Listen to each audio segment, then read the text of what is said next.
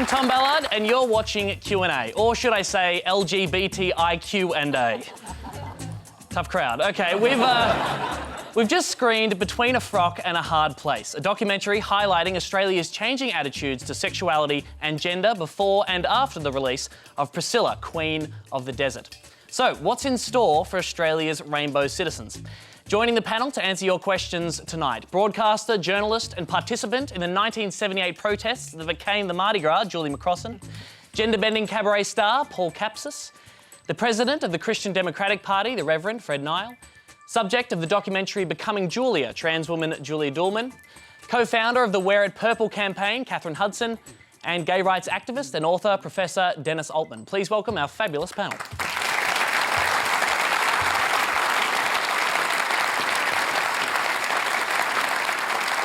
Q&A is live. You can join the Twitter conversation as usual. If you'd like to join the conversation on Grindr, go for your life. One quick point before we get started. Rather than using the lengthy but important acronym LGBTIQA in reference to the lesbian, gay, bisexual, transgender, intersex, queer, questioning, asexual and allied community, I'm just going to be using the catch-all term queer. It might save us a bit of time. So let's go to our first question now, which comes from Margaret Miles.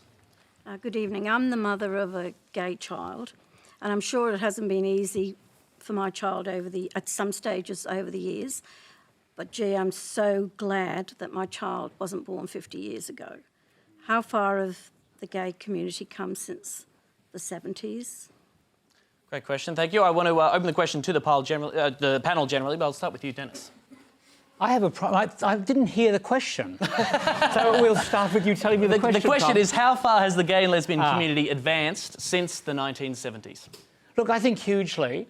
I think the very fact we're sitting here talking about these advances is significant, but more significant is the fact that we're in the middle of a national debate about same-sex marriage, and in that debate, nobody, and maybe there's one exception on this panel, we'll find out, nobody is prepared to say we as queer people don't have equal rights. The argument, in a sense, that argument has been won, that debate is over. The question now is how do we make sure that it is brought into practice in all sorts of very detailed and pragmatic ways. I want to make it clear we will be coming to same-sex marriage. Yeah, everybody settle down. We're getting there eventually. Julie McCrossin, to you. As we mentioned, you were there at the protests in 1978. What changes have you witnessed over the past couple of decades? Could I just do a point of clarification? While there are people who were at King's Cross on that night who claim I was there, I recall demonstrating in the morning and in the prior years, because it all started around 73,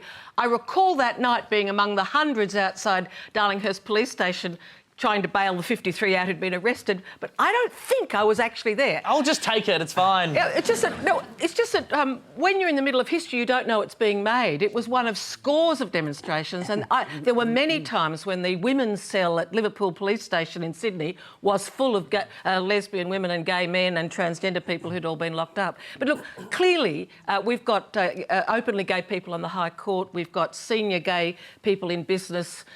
On it goes. There's been immense change. The Uniting Church that I attend and that Reverend Nile used to be part of allows openly gay men and women to be ordained as ministers. So there's been great change. But I don't think history is linear. If you're in certain cultural communities at the moment, either some faith-based communities or particular ethnic communities where it is still utterly unacceptable to be homosexual or to dress as a woman, I think you can experience the kind of hatred that was shown in that documentary and that I certainly experienced as a young woman, and the fear and self-loathing just as much today as in the past. Yeah. It's not the same, because as Dennis says, there's shows like this. You can never be quite as isolated as we were, but it's still not easy for many. We'll be touching on issues surrounding faith and also ethnic minorities as well. Julie Doulman. Well, I think the biggest advance has been the decriminalisation of homosexuality. That happened in 1984. I was only a kid in the 1970s, so I don't remember much about it. To clarify, that's 1984 for New South Wales. In Tasmania, for example, it took until 1997. That's right, yeah, I was talking about New South Wales. But as far as transgender people go, I think we are where the gay community was about 30 years ago as far as acceptance in society and understanding. Fred Nile, you've been in Parliament for about 35 years now. You've long been campaigning in this space. What changes have you noticed? Well, there's been dramatic changes, that's for certain. And even with that mention about the changing of the law, I campaigned against the law being changed because the law was very simple. A lot of people say there was a law banning homosexuality or banning homosexuals. It only banned or prohibited the sex act. In fact, it had the old-fashioned words, the abominable crime of buggery or sodomy. And I knew there was health risks and so on involved in that, which I was proved right later with the HIV/AIDS epidemic. And that's the reason why I was opposed to repealing the law. Do you see any Nothing to do with homosexuals. Do you... Oh, sorry, nothing to do with homosexuals apart from how they have sex with each other. You know, apart from that, it's totally not connected. Yeah. A law that discriminates about how people express their love is innately discriminatory, Mr. Nile.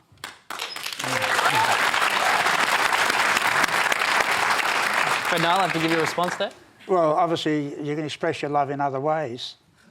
Hugging, Look, I don't know kissing, how you and express so your on. love, Mr. Nile. Okay, well, Fred, have you seen... Fred, I'd ask you, Fred Nile, have you seen any positive changes over that time that have come to mind in your career in politics for the queer community? Well, I think the most positive one, and I was involved in it with the provocation laws.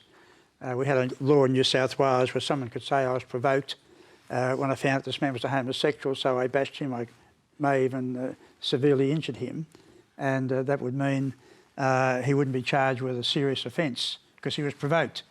And I was very pleased the inquiry I conducted into that provocation law repealed that whole section. So no one can use the gay defence, if you like, in New South Wales now. It doesn't exist.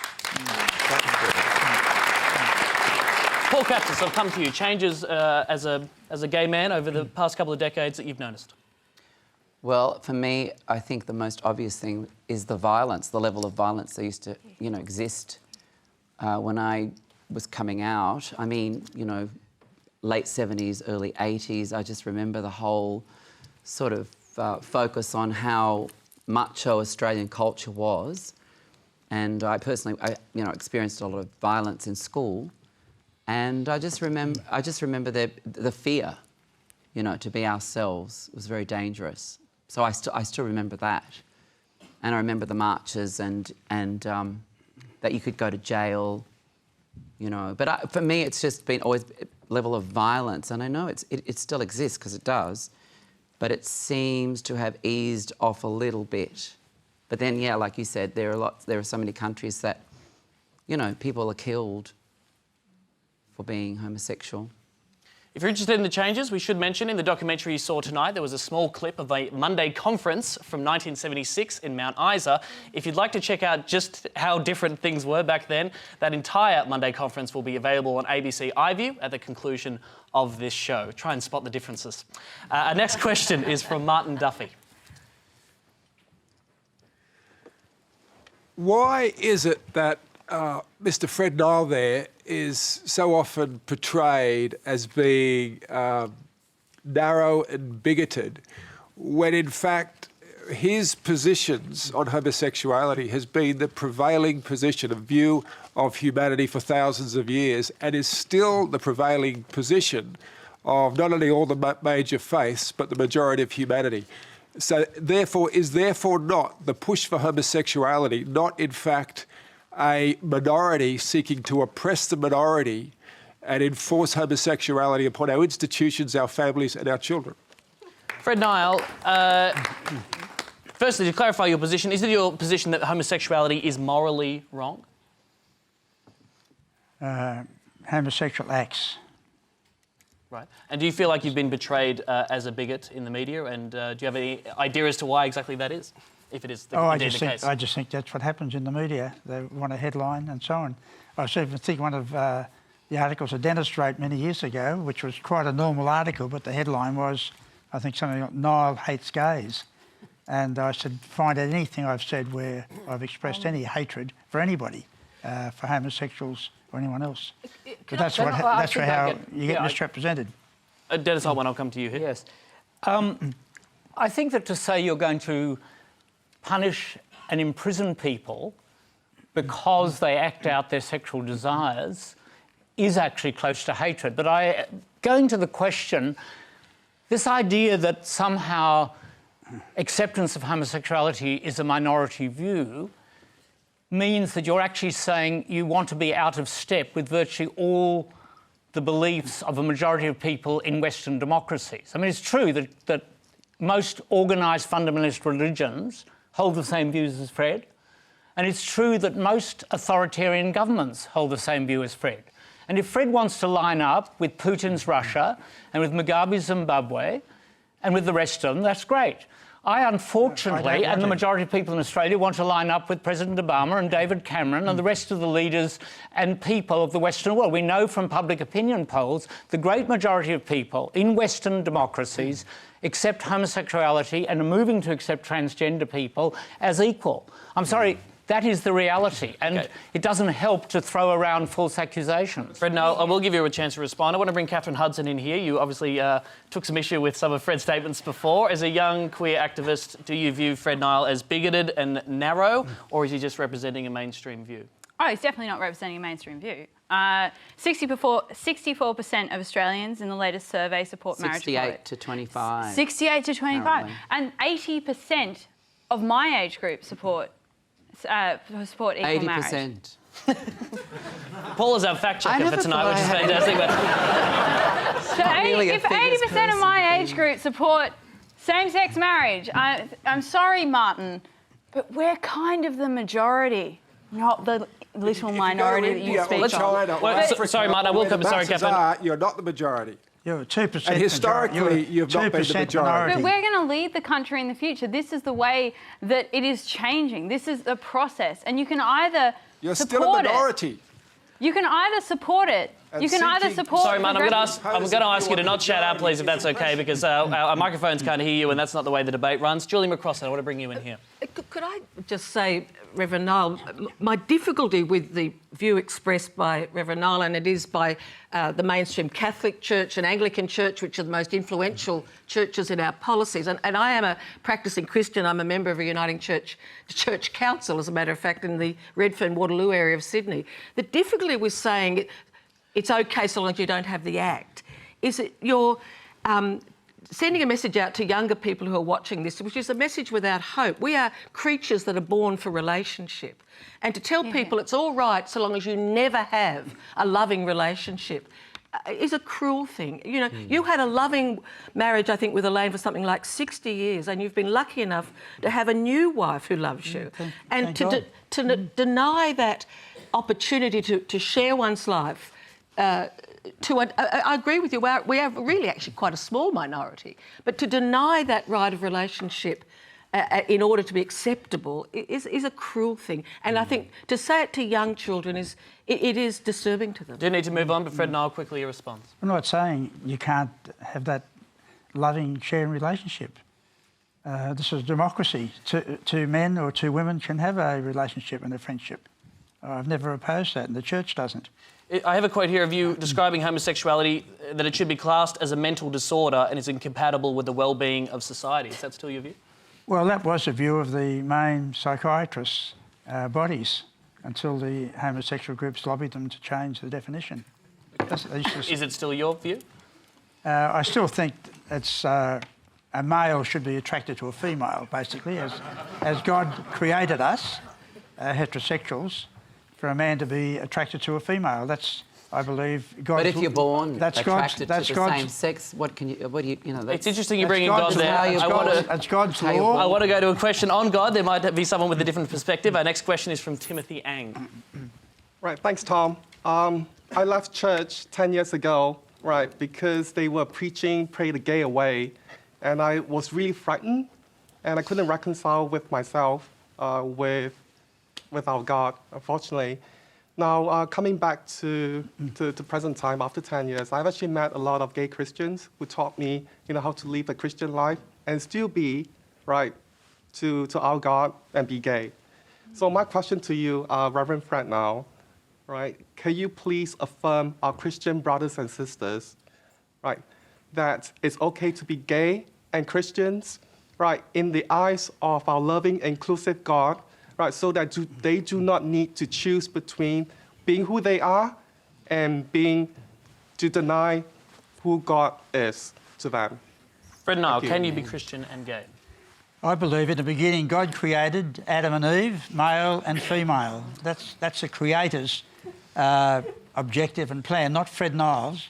I'm trying to be a faithful witness to what I believe is God's creative purposes for planet Earth.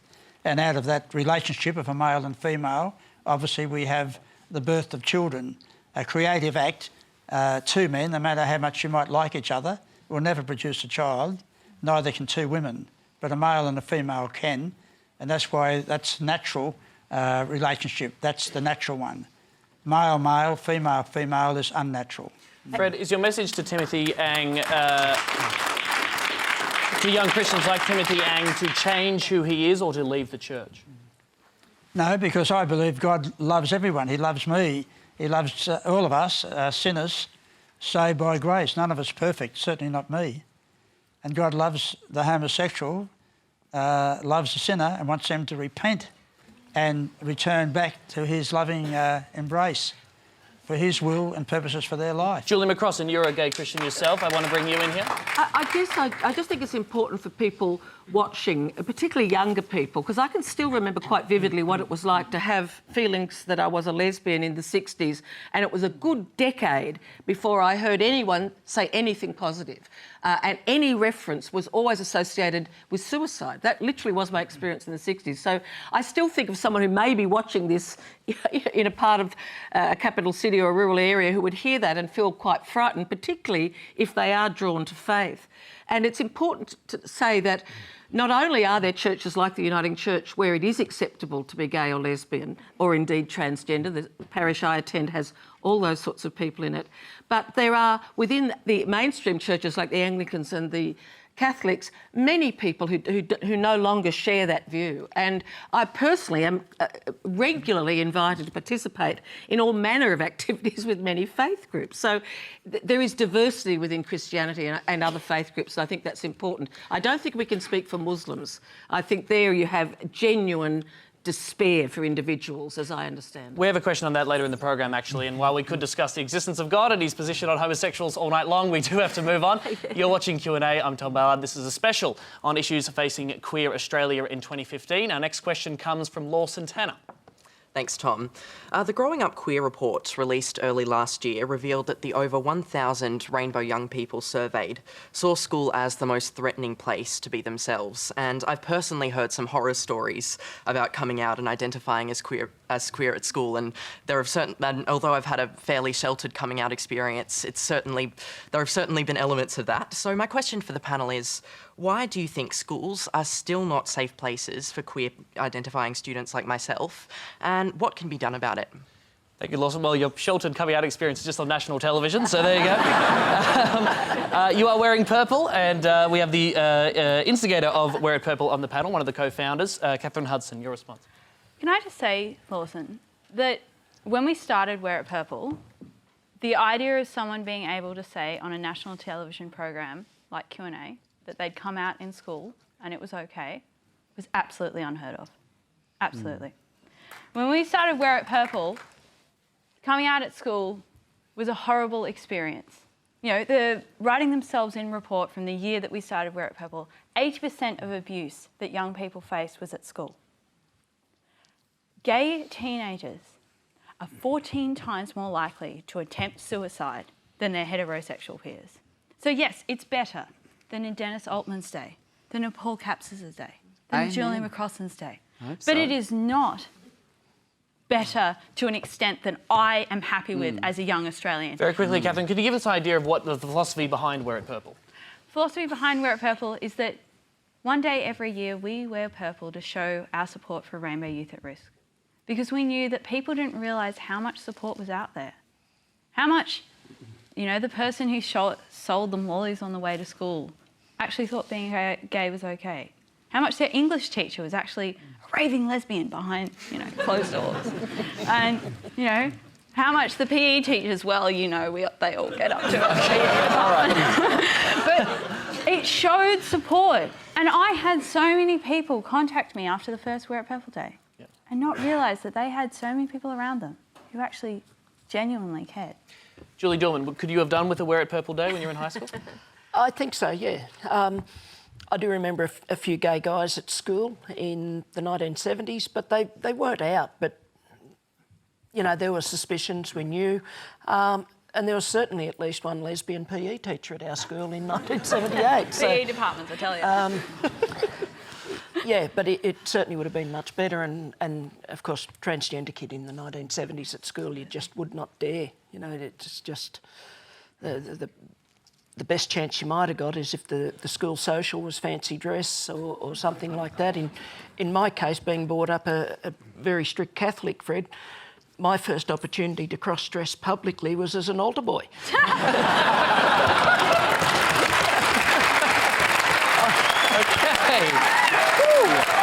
Is it? I think it's getting hot in here. I don't know. It might be just me. Paul Capsis, as funny as that was, some slightly more sobering statistics. Up to 80% of homophobic abuse occurs within schools, according to Family Planning New South Wales. What was your high schooling like as a camp, effeminate young gay man? Well, incredibly violent. I mean, I experienced that my whole school life from as early as I can remember. Could never really understand what it was about. I didn't, you know, particularly thought I was unusual. I did feel it very young. I thought I was a girl. I was adamant I was female and was horrified when I found out that I wasn't. But then I came to terms with that over many years. But then there was the question of that I was just being myself and I was persecuted for that.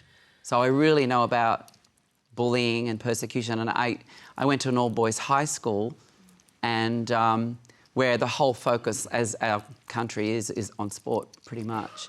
And so the whole, you know, idea of how you're supposed to behave as a man, and I didn't know about any of that stuff. I was just being me and yeah, for me it was like, how am I going to get from one class to the next without being... I was bashed by a whole class once. And also I copped it from teachers as well. I mean, there were teachers who could barely hide their animosity towards me. I mean, partly also being ethnic wasn't helpful either, growing up as a kid in the 70s in Australia. But absolutely because I was effeminate, which I find such an interesting idea. And I didn't know what gay was as a kid. I didn't understand. I mean, I did have crushes on boys, but I didn't think that was unnatural. I was born gay. It's very, very hard to realise just how silent it was. There was just the word homosexual. Well, I was never in the lesbian. closet. I mean, there was no closet. People just said, you're poofta, you're gay. And I didn't know what they were talking about. Fred, Nile, I'll have to come to you. You, despite your disagreements with many areas of queer rights, you have spoken out against violence against young gay people. What do you think can be done in high schools to address this kind of bigotry and violence? I don't think it's a very simple question as far as young people go, teenagers go, because my observation is that teenagers are going through sexual development, and it can be quite dangerous, I think, to promote homosexuality in schools to children. Boys often, as they're going through up to puberty, don't want to be with girls. They want to be with boys, and that's how God planned it. There's a sexual development in a boy and in a female. If you get hold of that boy at that stage when he's only 14 or 15 and say, "Do you like to be with girls?" "Oh, yuck! I can't stand girls." "Well, you're really a homosexual." And he said, "Am I?" "Yes, yes." And the same thing with a girl. "You're really a lesbian." And I think it's very dangerous to promote this in schools. Let the children How develop do you promote something and grow, you're born? and You're grow, born gay. let them grow naturally. I'm sorry, Mr. Nile, but promote- how is promoting acceptance of difference in schools of promoting homosexuality? It's not. You are born gay. Very quickly, I'm going to have to ask you to respond to that, Fred. No, I'm just saying you can confuse boys and girls at that sensitive age when they're still developing sexually. I think the only thing that you can confuse people with is whether it's okay to hate people because of difference. Okay, we'll have to leave that discussion there and move on. We do want to remind our viewers that if anything that comes up in tonight's discussion makes you feel like talking to somebody, Lifeline is always there for you, 13 11 14. They're ready to take your call. We do need to move on. Next question is from Dominic Sharkey. Hey, thanks. I discovered just days ago that my dad's first cousin was transgendered. she grew up in the country, like myself, and actually went through SRS in the 70s. Unlike me, though, or unlike my story, she was, disowned by her immediate family. And, whereas I've been met with just overwhelming support and positivity. I guess my question is, do you guys think there was one particular event in which was, say, the catalyst, the turning point for social attitudes towards the queer community, or was it more of an ongoing sort of something building momentum? Just for clarification, Dominic referenced SRS there, that's sex reassignment surgery. Julie Doulman. No, I don't think there has been any single event. It's just been a long, hard road that we have to keep chipping away at. Transgender people, in my view, are probably the most misunderstood people in society, and consequently the most marginalised and most discriminated against. The transgender community, as I said earlier, is about where the gay community was 30 years ago. How long did it take for you to come out, Julia, and realise who you were and come to terms with that? Well, I had my first feelings that I was not a boy before school, and I clearly remember my first day at school in 1969. I didn't feel happy about wearing grey shorts and a blue shirt. I wanted to wear the pink tunic and tights. But the other thing was, at that time, even at that very young age, I was very well aware that it was a taboo, and you didn't even discuss it. You tried not to think about it. And I suffered until I was 36, and I was almost mad. And I certainly wouldn't be here today if I hadn't bitten the bullet and transitioned. But it was a Four Corners program in May 1974 when I realised that I was not the only one, and that there was something could be done about it with SRS, or sex change surgery, and I'd longed for that from that age. I was 10 years old in 1974. So good on Four Corners. We'll take it. We'll take the ratings. Yeah, fantastic. Not everyone is as supportive of the SRS cause. Our next question is from Graham Mitchell. I'll go to you now, Graham. Thanks, Tom. If medicine's defined as treatment that aims to restore bodily faculties to their proper function, how does gender reassignment surgery fit? Given that gender reassignment surgery involves the deliberate damaging and mutilating of otherwise perfectly functioning bodily faculties, and the twisting of them to an end towards which they are not ordered. How can this be good medicine? Julie Doulman. Well, it's simple. I'd rather have twisted, mutilated genitals than a bullet through my head, or lie on a railway line.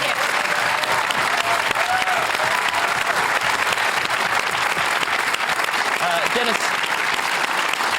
Sorry, please. No, please go ahead.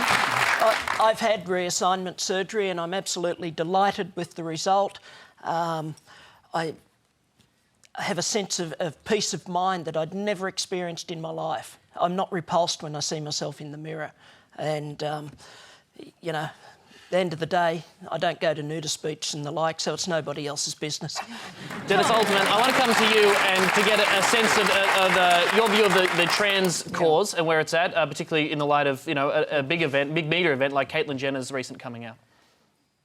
My problem with the question is a bit like my problem with Fred's direct line to God. When you say it's not ordered by whom and how do we know? I mean, this reading into human behaviour and human feelings, some divine providence that some of us apparently know and the rest of us are ignorant of, seems to me a very unhealthy way of approaching the subject.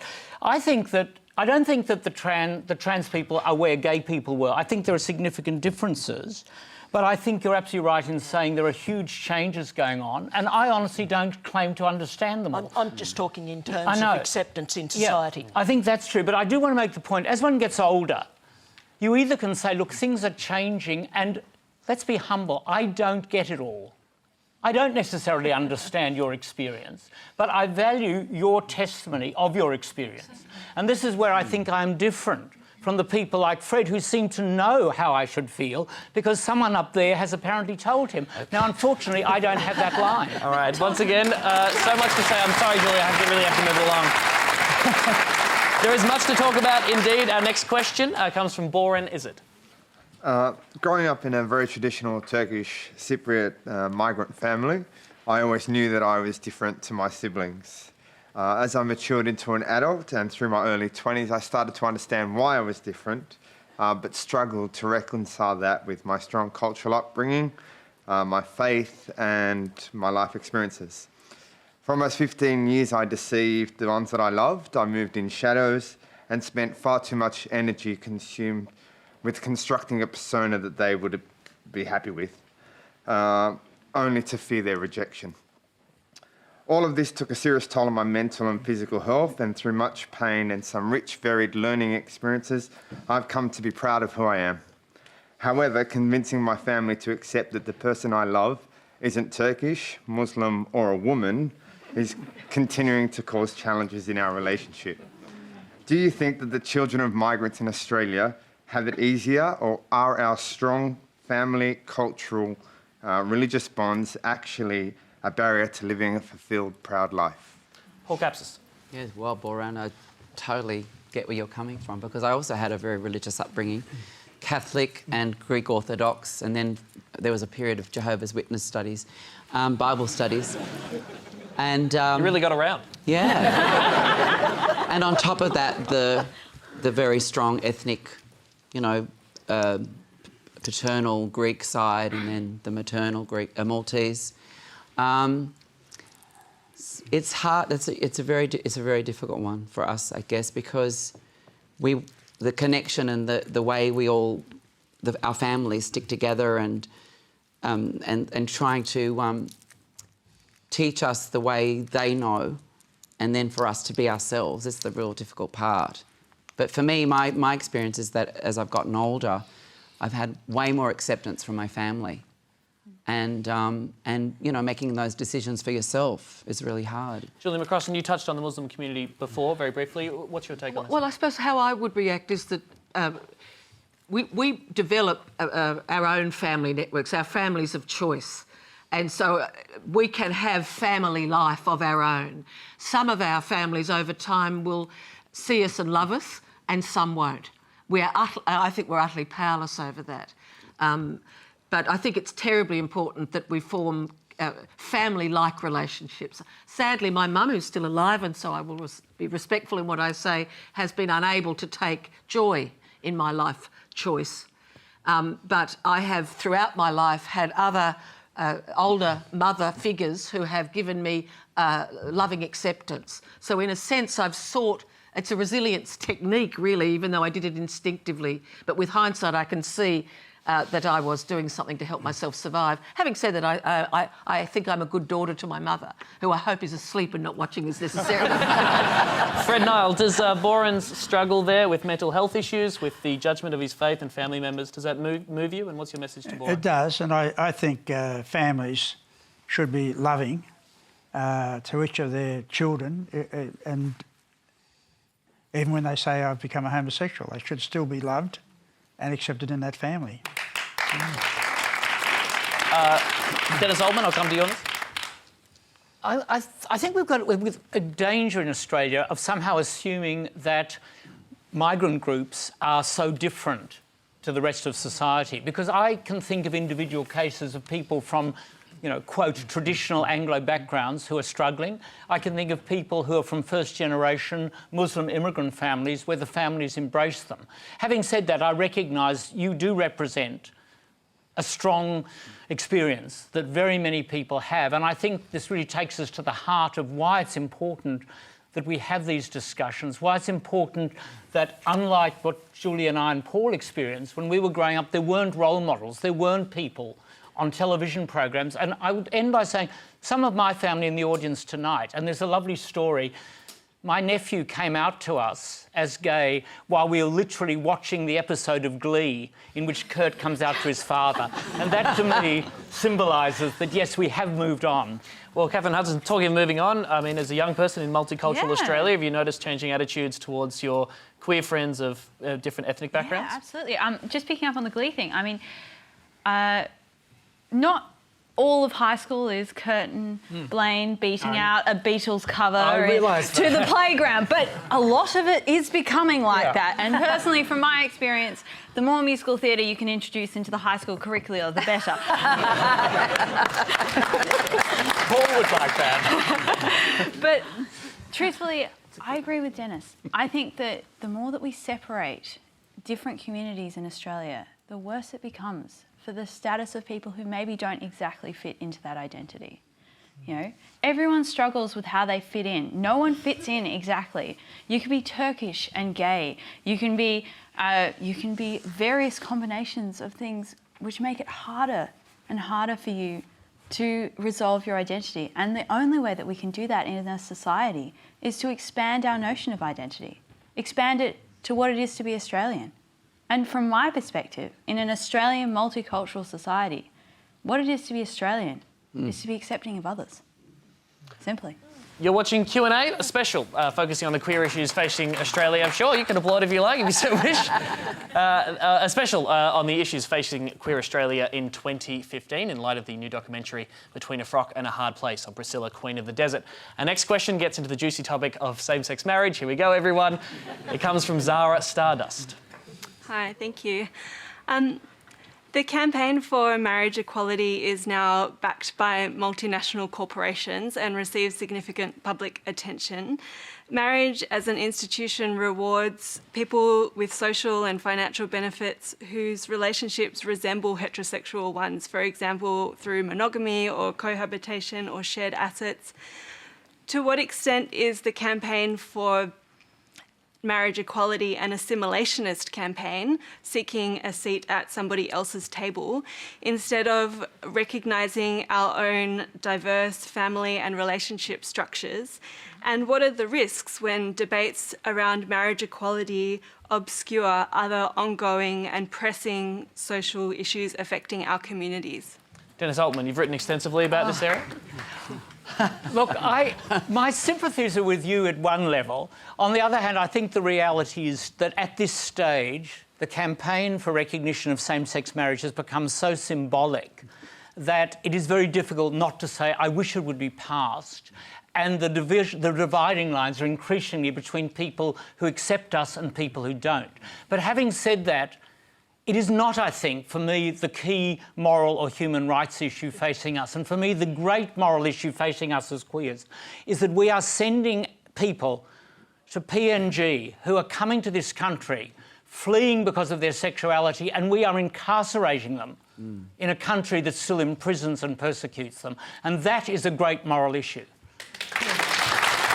Julie McCrossin, I'll come to you. You're an active campaigner in the marriage equality cause. Your response to Zara Stardust and perhaps Dennis Altman's response? Look, ever since I was about 15, which is, you know, literally in the 60s, I realised I was lesbian and I realised it was totally unacceptable. Back then it was a mental illness. For men it was against the law. I went to a church school, which I'm still very involved with and very accepted there now, but at that point it was against God's will. I always thought I just want a right to equality. And there's a thing called the rule of law, and we're celebrating the 800th anniversary of Magna Carta that was all about establishing the rule of law. So I want full equality before the law, so that those of us who wish to get married, I've always thought of myself as the friendly suburban face of Australian lesbianism. I am a dad. As my two stepchildren, who I've known since they were 3 and 6 and now in their mid-20s, say, Julie, when we used to drop in on you, we know you'll be doing one of two things, mowing the lawn or doing your tax. I'm a nerd, OK? But you don't have to get married if you don't want to. It's a choice. It's about equality before the law. Most Australians now don't choose to get married in churches. They have civil marriages. But can I just say, there is still research that stability between parental figures is good for children. And so as someone with children, when I did get married in New York, I recently had cancer, I decided I couldn't wait for law reform, rocked over to New York where the woman doing the paperwork said, you Australians are crowding in here now. Our children came with us and they were thrilled. They were crying. It meant the world to them. So there are some people who do like family formation. I'm just conscious of conflating the parenting and marriage issue. We do have a question on same-sex parenting, which we'll come to in a sec. Fred, Nile, is there an element where you almost agree with Zara Stardust's approach in that you would advise same-sex attracted Australians to not try and get into an institution that has traditionally been heterosexual? That's right. I think marriage should be between a male and a female. That's history. Not just Fred Nile's opinion, but every society for thousands of years and every religion has had that view that marriage is between a male and a female. And when you mentioned about rights under law, all the laws were changed a couple of years ago to give de facto homosexual couples exactly the same rights as married couples in Australia. They now have all the legal rights under our law, but they still want to take the heterosexual title of marriage and put it on their homosexual relationship between two men or two women. Yep, and that's we do. where that's Well, not all of us. Oh, sorry. I'm with Zara. That's a I step mean, too far. That's a step too far, you are or the wrong. bridge too far. You are wrong, because I will tell you why you're wrong, and it happens in a very important area. When my partner died, the death certificate could not record that he had been in a relationship. So, although on balance there have been major changes, and we do in Australia have a whole tradition of recognising 80 changes to the de law, facto. 80. Yes, I know, but there are still major exceptions. And while I wouldn't get married, and I understand that for Julie and for many people, marriage is important, is significant, and has become, as I said, has become the great marker of do we accept equality or do we not? And I'm happy to change a death certificate arrangement if that's what happened to you. Go talk to It the shouldn't government of have happened. Victoria. It shouldn't have happened. I will That's come Victoria. I will come Okay, to everyone on the they're panel out in of date. time. Paul Capsis, your take on the marriage equality debate. Well, I think if people want to be married, then they should be able to get married. I'm all for equality. If, as Martin mentioned earlier, we're a minority and we don't deserve, what you have. I disagree. But personally, it's not something I want. I'm not interested. When I was a child, I wanted to wear a big white hoop wedding dress with the lace. But, The question went to priorities as well. Do you fear that the marriage equality campaign is taking focus or resources away from queer rights? Well, I addressing guess other I'm issues? stuck in time because I just remember fighting for our right to be. So I guess my head is still that we're fighting to just be, just to be able to love each other. But I think, we've all changed so much now. We're all divided and disconnected as well. There are people who want marriage and there are people who want babies and there are people who vote Liberal, in their homosexual community. I think if it was up to Mr Abbott, we'd all be back in jail. I reckon... Oh, no. Oh, yes. That's if he could do it, he would. Well, I'll have to move on. Well, yeah, I think he would. We'll find out the next Send time me Tony back Abbott to comes on Malta. Q&A. We'll be able to find that out. Katherine, Hudson, do young people even care about marriage anymore? Yeah, we do. Absolutely. All young people generally, and specifically young queer kids. Is this a movement that you see young people today in the queer civil rights movement getting on board? Absolutely. If you look at any of the gay rights marches, they're stacked up with people from my age group. And, it's not because we want to run down to the civil registry down the street and, put our name on a certificate and get that all over and done with. It's not that at all. It's that we want the option. It's that simple. Julie Doulman? I'm over it. I really am. Just, the majority of Australians support it. Yep. It should happen. Just, for God's sake, Tony Abbott, get on and let it happen and we can get on with more important things. Can I ask you from a transgender... From a transgender perspective, there is an interesting complication with marriage equality, isn't there? Because you will find heterosexual couples presenting as heterosexual, one partner may transition or, identify in a different way and will be forced to divorce as the law currently stands. Exactly. If a couple are married and one or the other comes out as transgender later in life, before that person can change their gender on their birth certificate, they have to get divorced. Have a friend who was recently widowed, is male to female transgender, and it's only then that she was able to change her birth certificate to reflect her true gender. She had to lose a partner to do it. I'd be interested in Fred Nile's response to a scenario like that. Well, what worries me is that in some of the states in America where it has come in, and in the UK, the people who are being now persecuted are the Christians who don't agree with same-sex marriage. And we had a cake manufacturer who said, I won't make a cake for a same-sex couple for their wedding. They took him to court. They forced the closure of his business. A marriage registrar who was a Christian said, I won't register a same-sex marriage. They took her to court. She lost her job. So there's a lot of... These people talk about, let's be tolerant. Homosexuals say, let's be tolerant. Except when they get the power, they exercise the power. And I have a number of friends now before the Anti-Discrimination Tribunal who are being persecuted by homosexuals in this state. Julie McCrossin, are you?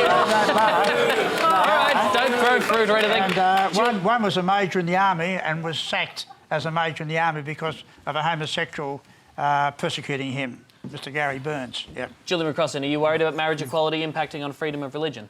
Oh, look, we actually have an established tradition, people will have mixed views on it, of exemptions under anti-discrimination legislation for religious-based organisations, and I think all the people talking about reform, it's about civil marriage.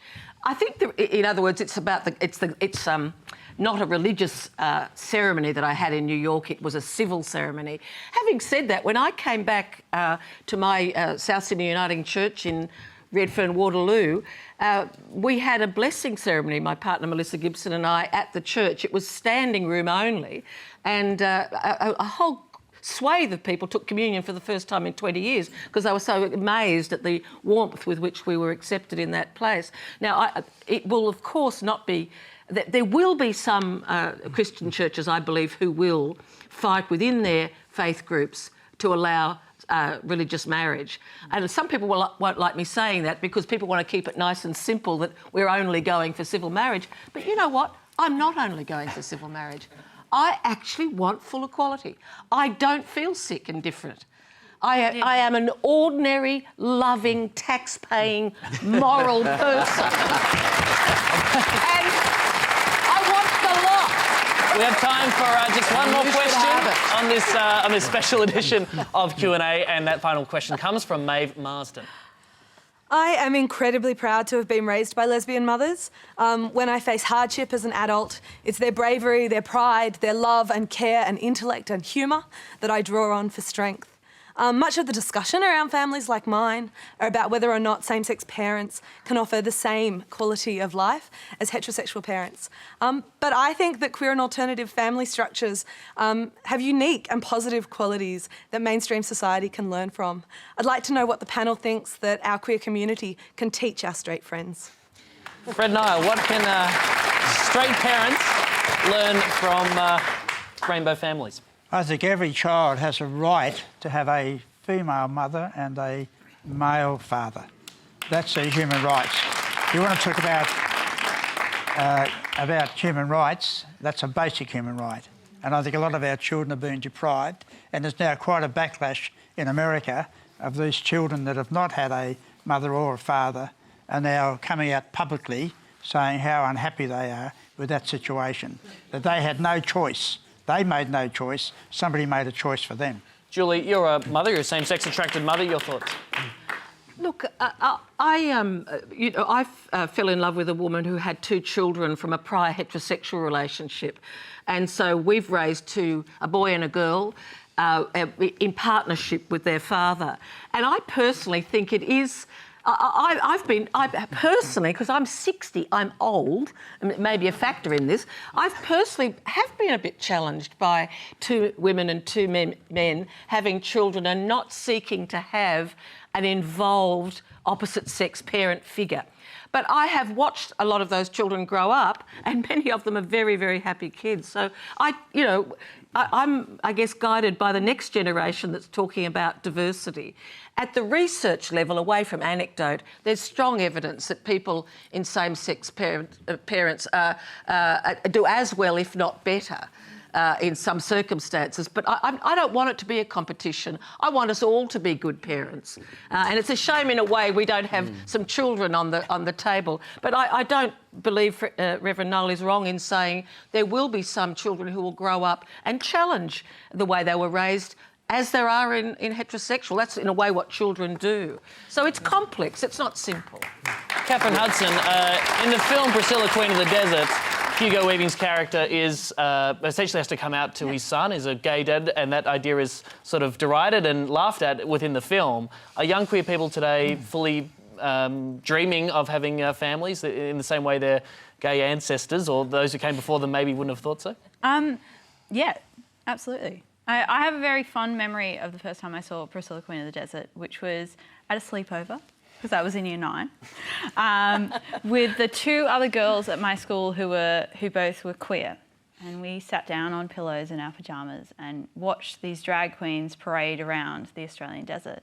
And one of the girls' mums who were at the house, concerning, look over, you're into a bit of a weird film there, girls. But we were proud that we could watch an Australian film that was about our identity.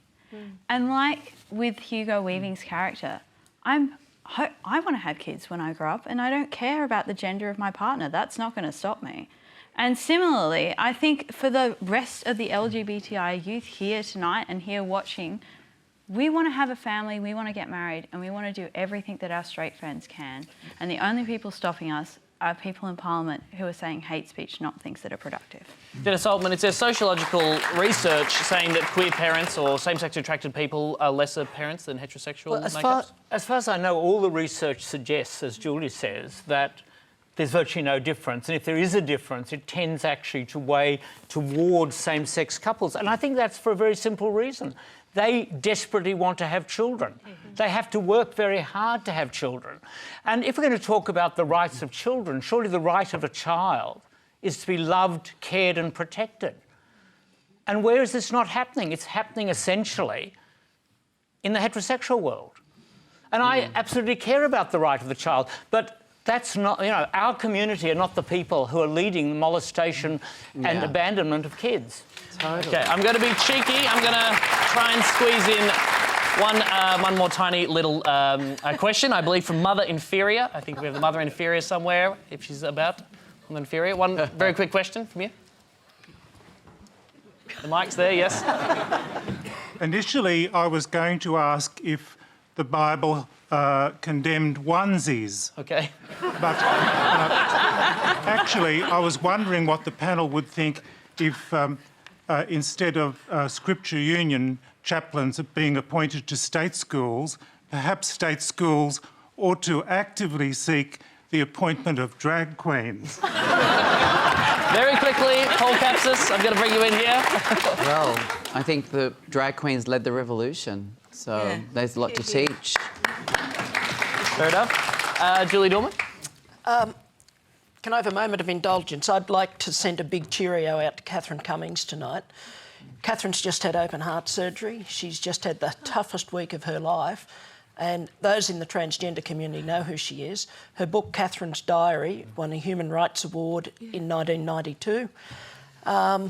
She still works 3 days a week at the Gender Centre. She's the editor of the Gender Centre's magazine, Polari. And for me personally, she's the person who took me and Muttley off the street when we were homeless. So get well, Grandma. All right, the only reason we let that indulgence is because the Mother Inferior is from the Sisters of Perpetual Indulgence. I'm going to let that tonight. That's all we have time for tonight on this very special edition of Q&A. I'm sure, as you know, we could have talked about this for hours and hours and hours, and hopefully the discussion will continue online and no doubt in the green room after the show. Would you please thank our panel, Julie McCrossin, Paul Capsis, Fred Nile, Julia Doulman, Katherine Hudson and Dennis Altman. Paul, thank you.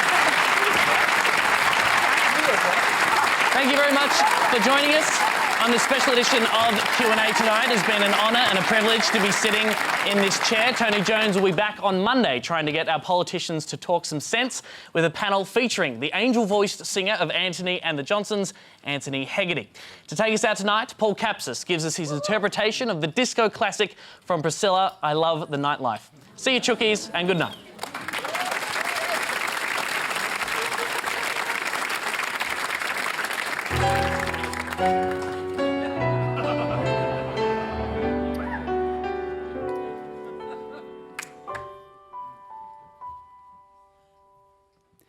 Please don't talk about my love tonight. Please don't talk about my sweet love. Please don't talk about being true and all the trouble we've been through. Please don't talk about all the plans that we had and fixing this broken romance. I wanna go where the people dance. I want some action. I wanna live action. I got so much to give. I wanna give it. I wanna get some too. I love the nightlife. I love to boogie on the disco. Oh, I love the nightlife. I love to boogie on the disco.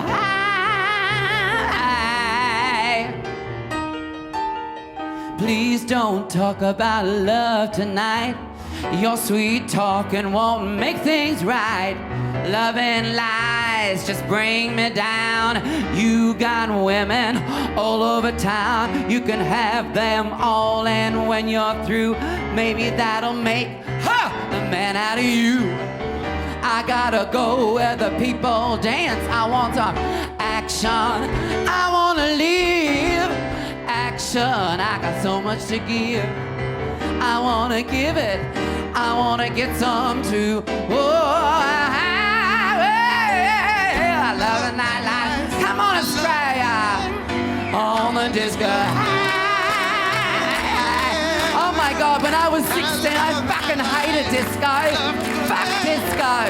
Because of disco, I discovered Jimi Hendrix, Patti Smith, Janis Joplin, and all the good rock and rollers on the disco. Praise Jesus. Oh, yeah, yeah, yeah, yeah, yeah, yeah, yeah, yeah, yeah.